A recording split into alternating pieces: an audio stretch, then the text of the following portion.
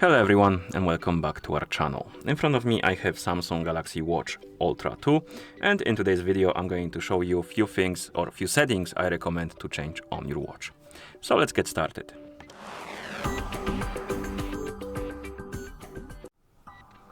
And the first thing I want to show you is the quick button. By default it opens exercises, but you can change it, and I recommend to check it out. Maybe you find something more useful than exercises for your quick button action. And to do it, you need to open the settings. In settings you need to find the option called buttons and gestures, and here you will have this action button, and or quick button rather category, and under it you will have action, start action with, and siren. You can enable and disable the siren option, but we're gonna talk about it later. Anyway, the first thing we have action. So basically, what's gonna happen when you press the button, and we have by default a Samsung Health, but you can customize it. You can pick the Samsung Health itself, so it will open the Health app, and you can tap on the settings icon, and you can, for example, pick specific exercise for it to open. I have running selected, but you can select my exercises, so it will open the whole application. You can select specific exercise if you would like to, for example running and stuff like that. So once you're done and you press the button, it will perform this action. But you can also scroll down, and here you have list of features, and you can select something like torch, so the flashlight, voice recorder, compass, depth, and stuff like that. So let's say I select compass and then tap on OK. Now if I press the button, it will open the compass for me, and if I press it again, it will ask for the location and stuff like that. I believe that's another feature. When you press it again, it shows you coordinates or something like that, I think.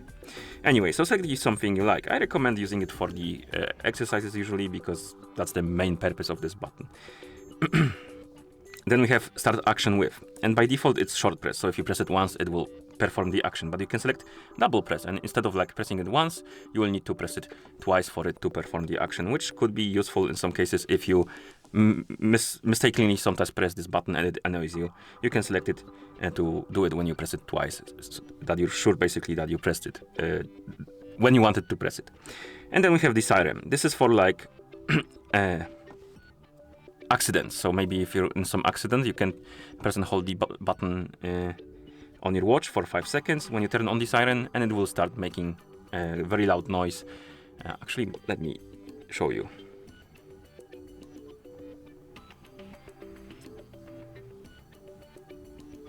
It gives you a countdown, and then we have a siren. So that could help you if you're in some situation and you want to make noise about it and stuff like that. You can turn on this feature and then press and hold the button to turn on the siren rather. Okay, and once you're done with the action, or rather quick button, we can also, another thing we can do is to check the other buttons. Other buttons also have shortcuts for them, or actions, and we can also customize them. And we have home button, back button, and basically you can see that for the home button we have two actions, double press and long press, and for the short button, for the back button, we have only the short press, my bad. And once you tap on double press, you will have a lot of functions you can choose from. So find something you like, for example Gemini, and then we have long press, and here you can only select between assistants like digital assistant or Bixby, and power off menu.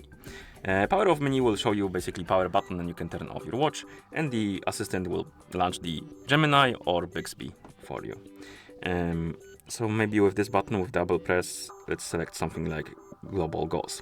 And now if I double press the button, it will open the global goals for me, and if I press and hold it, it will open the digital assistant. So customize it to your liking.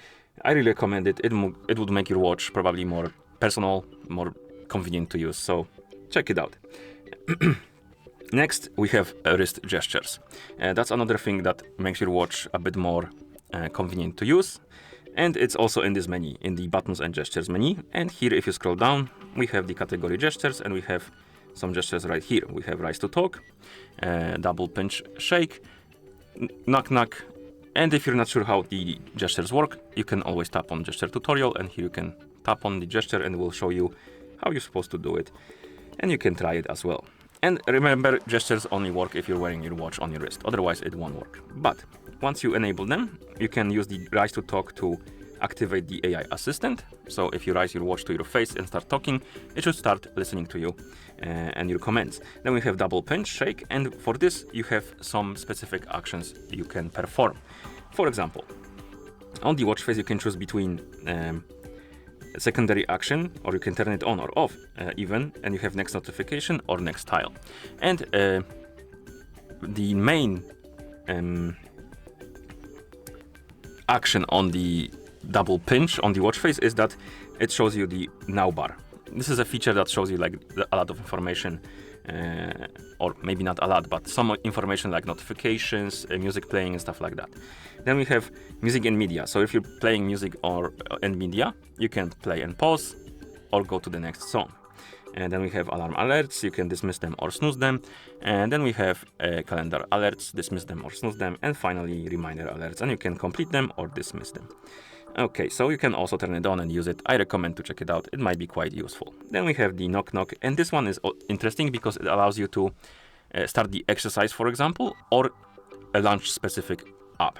So if you select exercises and then tap on settings, you can again select specific exercise to turn on, or if you tap on apps right here, you can then go to settings again and find the app you want to launch by performing the knock knock. So let's say I want to open the media controller. Now I'm gonna put my watch on and I'm gonna demonstrate how it works, because if I don't put it on, it won't work. So we need to strap it like that, and let's say I want to use the knock knock. It's quite simple, you just do it like this and it launches the media playback. If I do the pinch on the watch face, it will show me the now page and I can go through it. These are notifications basically. So it could be quite useful. If you don't want to scroll with the finger, you can just perform the gesture and it will show you the next notification. It takes some time for it to get like right. As you can see, sometimes I struggle with it, but if you get it right, it will be fluid and nice. And I recommend to check this setting and enable it for yourself. Okay. Next option is connected to the Do Not Disturb mode, and basically you can enable Sync D&D with your phone. And what it does, if you enable the Do Not Disturb mode or sleep mode or any type of mode on your phone that is connected with your watch, it will also enable it on your watch. It will sync them basically, which is quite nice. For example, if you have some schedules and stuff like that, it will do it for you automatically. And to do it, you need to go to settings, of course. In settings, you need to go to was it advanced features? No, it wasn't advanced features. It was in notifications, advanced settings.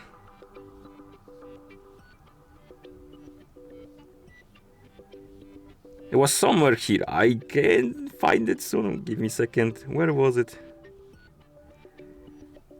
Oh, modes and routines, right. What am I saying? Modes and routines, and if you scroll down, here we have this option sync with the phone. So if you enable it, your watch will basically sync the modes with your phone, and that could be quite useful because on the phone you have options to set up schedules and stuff like that. On the watch, unfortunately, it's not there. You can't really set up a schedule for Do Not Disturb mode or sleep mode and stuff like that. Okay.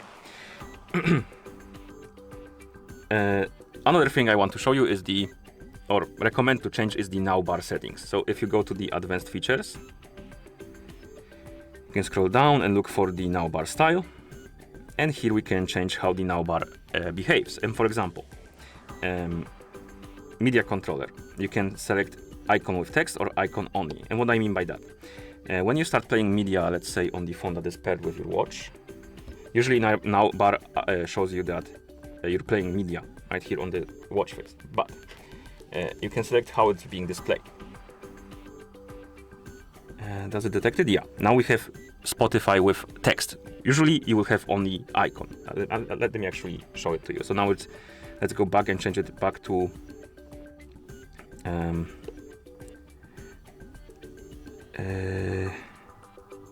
text only. That's phone media controller here. And go back to watch face, start playing the music. It will show me only the icon. So you can change it how it shows you the different information. I recommend to change it because some people prefer to have a text, some people prefer only icons. Check it out. make it more your style, basically. And you have different things. You have media controller, phone, Samsung Health, siren, stopwatch, timer, voice recorder, quite a lot of stuff actually. So check it out, change it up to your liking. I really recommend to use it. And last thing I want to show you is the stuff connected to safety and medical stuff, like emergency and stuff like that. So to change it, you go to settings, of course, and here we find the safety and emergency, and then we have this menu. And I recommend to turn on the hard fall detection, because it could be useful if you fall down or something, and then your watch will either contact the emergency number or it will start making noise. Then we have option, if you enable the hard fall detection, you can enable the require swipe to call. So basically it will start making noise, but to call you will need to swipe on your watch. It could be nice if you don't want to accidentally emergency call, like ambulance or something like that, the emergency services. So consider enabling that. And then we have play sound on both watch and phone, so you can enable it and disable it, and then you can test the sound. Quite loud. And then we have emergency number to call, and by default it will be emergency number, the emergency services, but you can change it to custom number. So if you want to, you can call specific person, which is also nice. And then we have when to detect falls, and you have options always, only during workouts, which is nice. This is probably the most recommended, because if you're just walking and stuff like that, it won't detect the fall. But if you're prone to fall, or maybe you're scared you're gonna fall and hurt yourself, you can always enable always, and then once you enable it, it will work constantly. And then we have also option to send the SOS to emergency contacts. It will text your location to the emergency services as well. If you enable it, you will need to add a phone. On the phone that is paired with your watch, you will see this pop-up, and then you can so it won't select it. It won't send it to emergency services, my bad. It will send it to the contact from your phone, and you can add the contact, and it should send it to the specific contact once you enable it. Yeah. So I added the contact right here. So if I go back, the contact will be right here in this emergency sharing rather. And if you tap on add contact, it will add it for you. Okay.